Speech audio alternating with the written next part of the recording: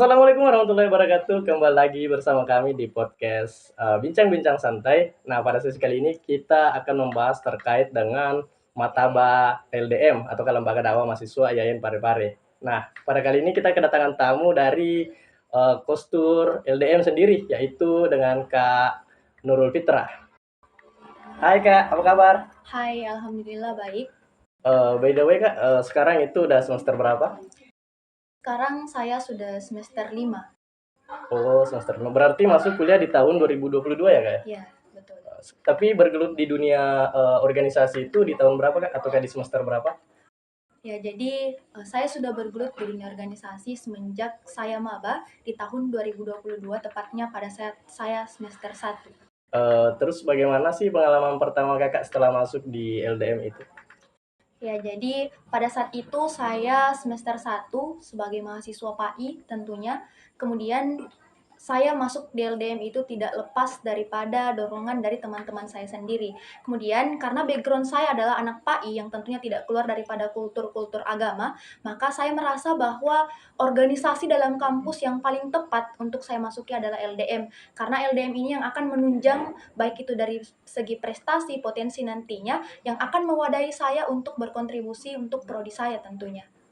Jadi itu merupakan harapan sekaligus hal yang paling berkesan dalam hidup saya setelah masuk di LDM, dan alhamdulillah sedikit banyaknya saya berproses dan saya merasa bahwa saya sudah menemukan apa yang ingin saya dapatkan. Namun itu tidak lepas daripada rasa terus belajar dan tidak cepat puas.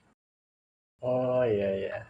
Dan alhamdulillah sekarang di semester 5 menjadi kostur, salah satu kostur ya, Kak, ya, di Alhamdulillah. LDM. Terus bagaimana perkembangan, apa namanya, mataba-mataba yang daftar di LDM sekarang? Ya, jadi just information bahwa mataba itu adalah masa ta'aruf untuk anggota Wih, baru. ta'aruf nggak tuh? Ya, seperti yang kita ketahui bahwa ta'aruf ini masa pengenalan. Seperti ya pada kader-kader pada umumnya bahwa mereka akan direkrut di dalam rumah kita. Sebelum dia direkrut, dia harus mengikuti proses yang dinamakan dengan mataba atau masa ta'aruf. Nah, alhamdulillah yang mendaftar di masa ta'aruf atau mataba ini sekitar 143 orang Wih, yang mendaftar, dan yang lulus murni ada 97 yang berhasil dikader di Pantai Lowita tepatnya. Kemudian tentu itu merupakan pengalaman yang paling berkesan untuk saya sebagai seorang kostur yang telah mengawal mereka, dan ini pun tidak lepas daripada teman-teman instruktur saya.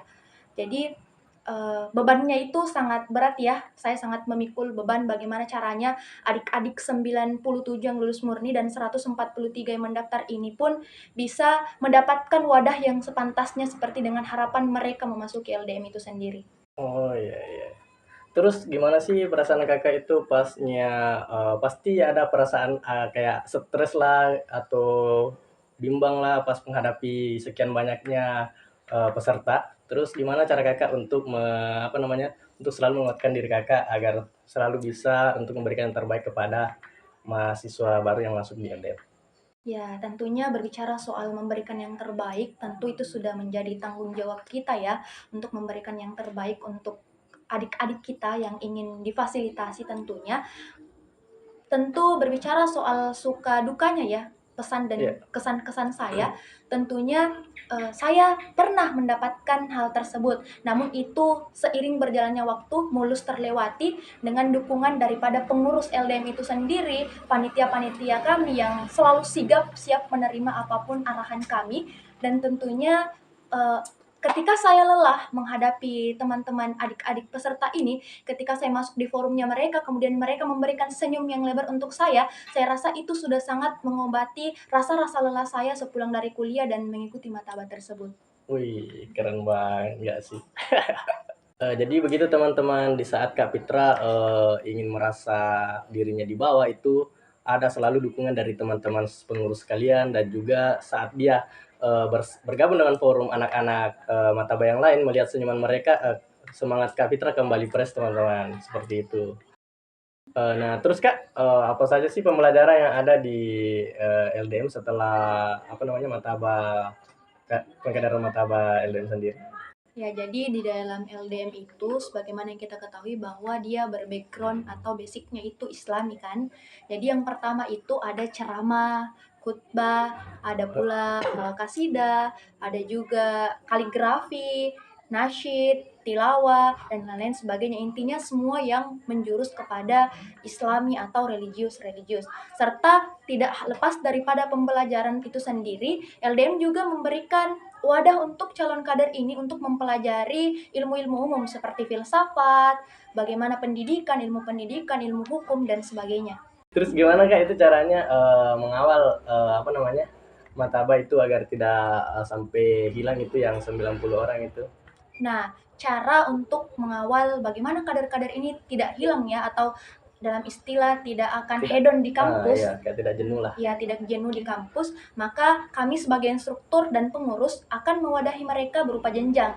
Nah, setelah daripada mataba ini, mereka akan dikelompokkan, dipetakan sesuai dengan minat dan bakatnya. Nah, dia akan memilih salah satu atau dua daripada pembelajaran itu untuk diikuti dan mengembangkan minatnya, bakatnya. Kemudian yang kedua, setelah ini kita akan melakukan yang dinamakan pasca mataba.